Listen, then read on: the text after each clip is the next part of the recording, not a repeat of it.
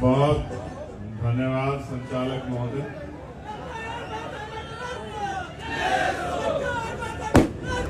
विजय, मैं आग्रह करूंगा साथियों से कि वो बैठ जाए।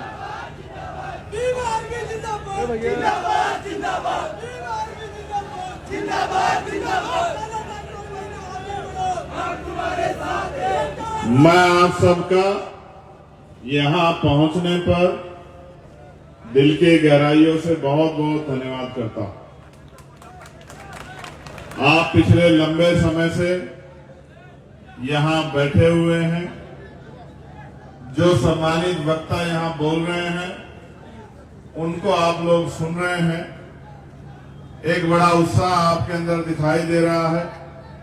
ये उत्साह हमारी ताकत है। मैं आपसे ये आग्रह भी करता हूं कि उत्साह को बना के रखिए।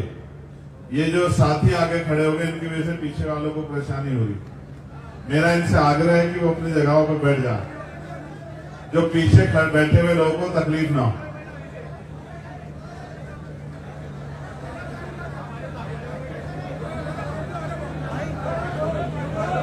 आ जाओ, तुम लोग अपनी अपनी जगहों पर बैठ जाओ। हिम्मत दिखाओ, घबराओ मत।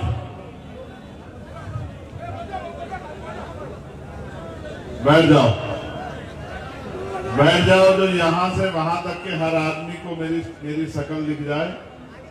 वो जो उम्मीदें लेके यहाँ आया था कि मैं आज भाई से मिल पाऊंगा, उसकी उम्मीदें पूरी हो जाए। मैं नौजवानों से कहूंगा जो इधर खड़े वो इस सामने आके बैठ जाए, आसान हो जाएगा।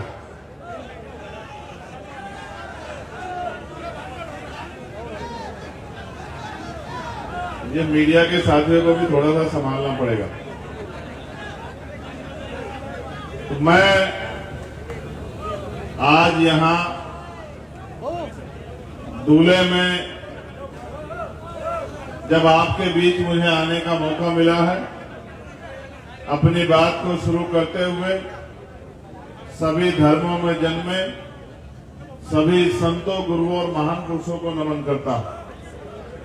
उनमें भी राष्ट्रपिता ज्योतिबा फूले, छत्रपति साहू जी महाराज, संत गाडगे जी महाराज, नारायणा गुरु, छत्रपति शिवाजी महाराज, मां जीजाबाई और डॉक्टर बाबा साहब अम्बेडकर को नमन करता हूं। साथ साथ मेरे राजनीतिक गुरु मान्यवर साहब श्री काशीराम जी को और मान्यवर दीना भाना वाल्मीकि जी को भी नमन करता हूं। ये जिस कार्यक्रम में मुझे बुलाया गया है इसका नाम रखा गया है बहुजन हक परिषद।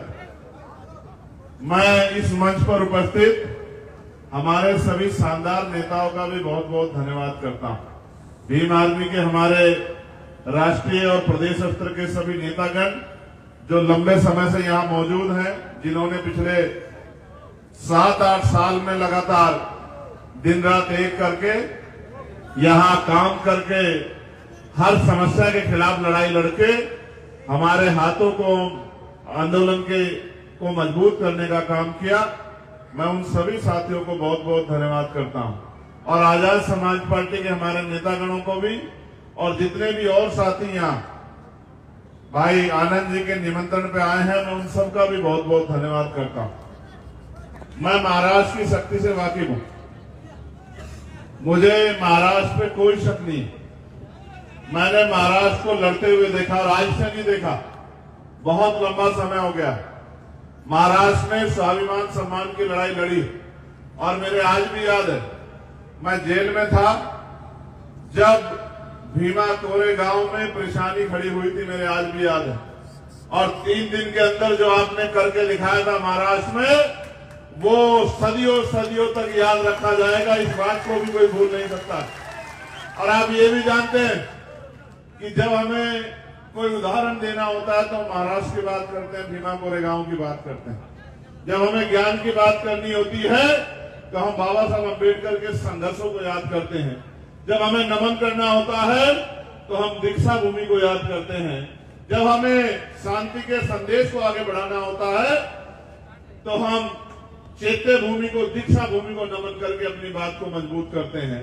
लेकिन आज जब मैं आया हूं और मेरे हाथ में एक कागज दिया गया है जिसमें यहाँ की समस्या लिखी गई है, तो इस कागज को पढ़ने के बाद मुझे ऐसा लगता है कि चाहे महाराष्ट्र का कोई कोना हो या देश का कोई और प्रदेश, जो हक वंचित बहुजन समाज है उनकी समस्या एक जैसी है। उसके लिए मुझे किसी चिट्ठी की जरूरत नहीं।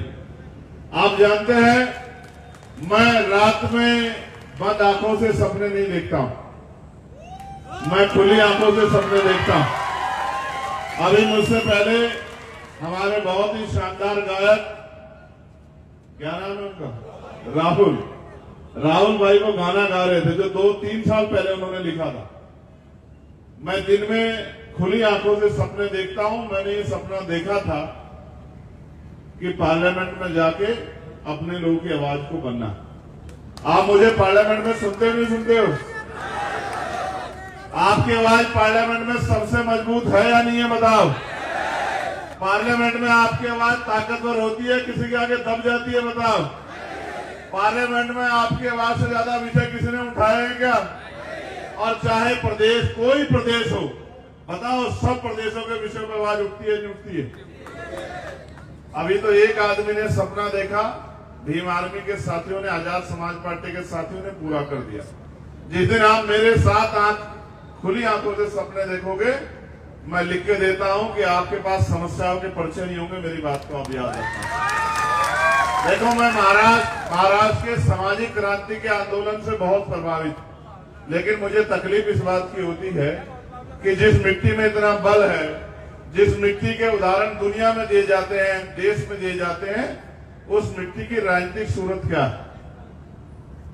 आप ये महसूस करके देखो कि अगर जिस तरह से सामाजिक आंदोलन आपने मजबूत कर रखा है, सांस्कृतिक आंदोलन आपने मजबूत कर रखा है, अपनी विचारधारा विरासत को जिस तरह आपने बचा रखा है, अगर राजनीतिक रूप से भी आपने उतनी ताकत बनाने का काम किया, तो मैं लिख के देता हूं आपका हाथ महाराष्ट्र में ऐसा नहीं होगा।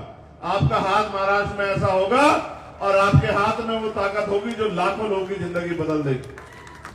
आज यहां बैठे हजारों की संख्या में लोगों को नहीं पता होगा कि महाराष्ट्र का बजट क्या है और वो बजट किसके ऊपर यूज होता है। महाराष्ट्र के लोगों को नहीं पता होगा, जितने लोग हजारों की संख्या में यहां बैठे, और वो बजट किसके मेहनत की कमाई से तैयार होता है ये भी नहीं पता होगा। और उस बजट को, वो बजट किस तरह से आपकी कलम की ताकत से आगे बढ़ सकता है, इसका एहसास भी नहीं होगा। जब जब आपने एहसास किया है तब तक ताकत बनी। आप सोचिए, अगर बाबा साहब अम्बेडकर कॉन्स्टिट्यूशन असेंबली के मेंबर ना बनते और संविधान सभा में ना जाते, तो क्या संविधान में हमें दे पाते हमें अधिकार? दे पाते हमें अधिकार? कर पाते हमारी रक्षा? खोल पाते हमारे लिए दरवाजे? काट देते गुलामी की बेड़ियां? ये तभी संभव नहीं हो पाता जब तक बाबा साहब अम्बेडकर कॉन्स्टिट्यूशन असेंबली के मेंबर नहीं बनते। आज भले ही अम्बेडकरवादियों की संख्या वहां कम हो, लेकिन आपको याद है जिस दिन मैंने शपथ ली थी तो मैं अकेला व्यक्ति था जिसने कहा था कि जय भीम नमो बुद्धाय। बताओ, कहा था नहीं कहा था? और मैंने जब कहा था तो उसके बाद क्या हुआ आपको पता है? हमारे स्पीकर साहब ने कानून बना दिया कि आज के बाद शपथ के समय कोई दूसरा नारा नहीं बोलेगा। जब वो शपथ लेगा तो सीधी शपथ लेगा, उसके अलावा एक शब्द भी नहीं बोलेगा। अगर बोलेगा तो दोबारा से शपथ लेनी पड़ेगी।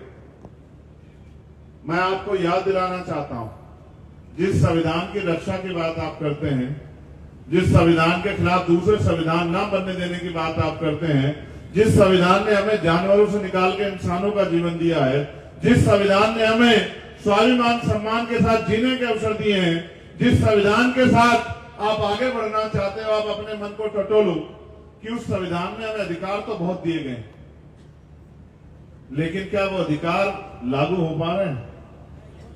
क्या वो अधिकार आपको मिल पा रहे हैं? क्या वो अधिकार आप तक पहुंच पा रहे हैं? तो फिर ये भी बताओ कि उन अधिकारों को पहुंचाने का रास्ता अब तक क्या है? आप रास्ता बता दो, हम उसी रास्ते पे चल पड़ेंगे। और मैं लिख के देता हूं, आपने रास्ता बताया, हम रास्ते पे चल पड़े, और जब तक आपके अधिकार आप तक नहीं मिलेंगे तब तक हम चैन से नहीं बैठेंगे। और आप पे रास्ता नहीं है तो फिर हमारे बताए रास्ते पे चल लो। मैं लिख के देता हूं कि अगले आने वाले 4-5 साल में महाराष्ट्र की सूरत इतनी खूबसूरत होगी कि इसको देख के दूसरे स्टेट के लोग भी अपने आप को ताकतवर महसूस किया करेंगे।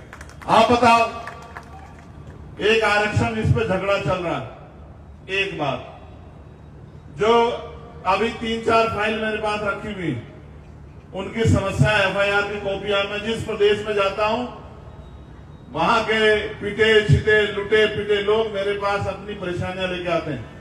कोई बेटी आती है, कोई बेटा आता है, कोई बुजुर्ग आता है, कोई मां आती है, कहती है भैया ये मार दिया, बेटे को मार दिया, बेटी को मार दिया, बेटी का रेप कर दिया, घर जला दिया, पेड़ पे लटका दिया, घरों से निकाल दिया। मैं उनके एप्लीकेशनें पढ़ता हूं, तकलीफ होती है। फिर उन एप्लीकेशनों को सूचीबद्ध करके वहां के अधिकारियों को कहता हूं कि ऐसा क्यों कर रहे। मैं देखो फिर वापस लाऊंगा उसी बात पे, आपको समझ आएगी। जब मैं उनसे पूछता हूं कि कानून व्यवस्था है, एडमिनिस्ट्रेशन है, पुलिस है, आर्मी है, अर्धसैनिक बल है, सब कुछ होते हुए भी जिन्होंने अपराध किया उनको गिरफ्तार क्यों नहीं कर रहे हो, तो वो कहते हैं कि सर हम कोशिश कर रहे हैं। लेकिन असल कोशिश कहां बंद होती है, जब वहां की राजनीतिक व्यवस्था